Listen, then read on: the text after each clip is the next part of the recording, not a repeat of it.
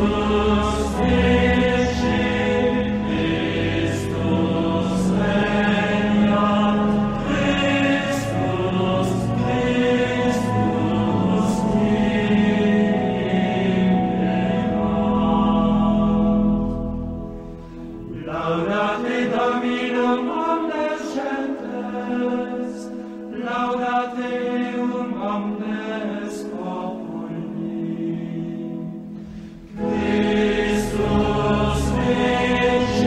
nom du Père et du Fils et du Saint-Esprit. Amen. Bien-aimés du Seigneur, bienvenue dans la liturgie du 4e dimanche du temps de Carême. Réjouissez-vous car Dieu vous aime. Bien-aimés du Seigneur, en ce 4e dimanche du temps de Carême, qui est parfois considéré et même appelé Laetare. Laetare est un mot latin qui signifie se réjouir. En effet, ce dimanche, l'antienne est tirée du livre du prophète Isaïe au chapitre 66, versets 10 à 11.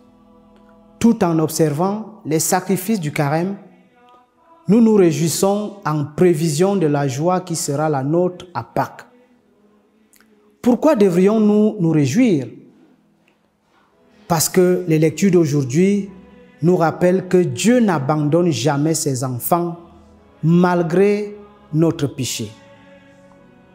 La première lecture insiste sur le fait que malgré l'infidélité et la pollution persistante de la maison du Seigneur, Dieu a toujours envoyé ses messagers parce qu'il avait compassion de son peuple et de sa demeure.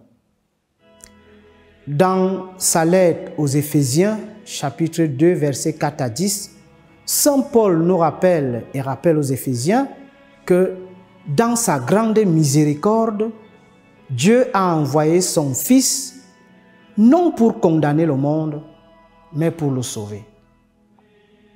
Jésus a été élevé sur la croix de la souffrance comme dernier effort de l'immense miséricorde de Dieu pour nous sauver de cette terrible éventualité.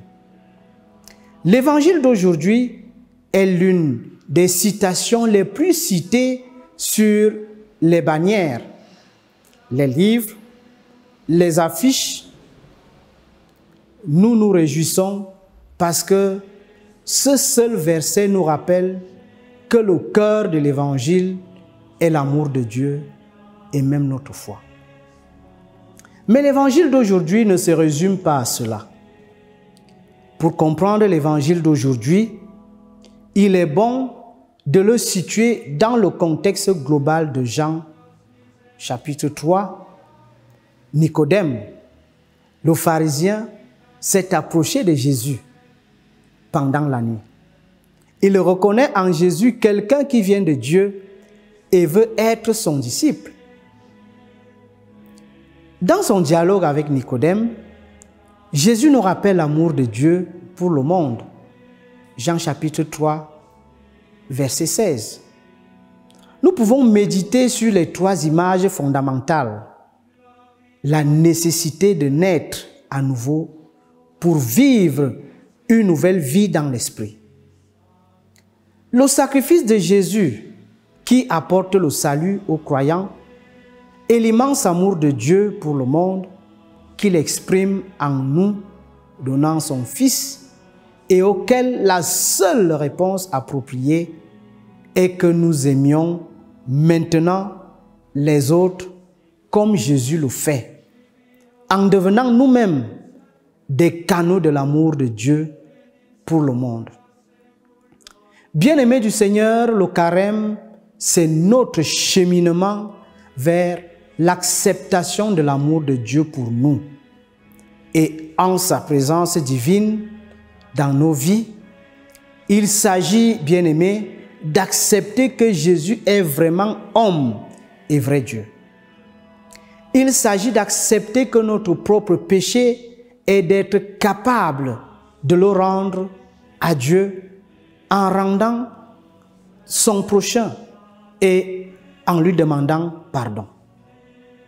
Le carême est donc une période idéale pour entamer une lecture spirituelle sérieuse, bien ancrée dans la tradition catholique, qui nous aidera à grandir dans la connaissance de Dieu et dans son amour salvateur. Nous devons nous réjouir pendant cette période, car le carême nous permet de grandir dans la connaissance de Dieu et dans son amour salvateur pour nous. Que Dieu Tout-Puissant nous bénisse, au nom du Père et du Fils et du Saint-Esprit. Amen. Bon dimanche et à dimanche prochain.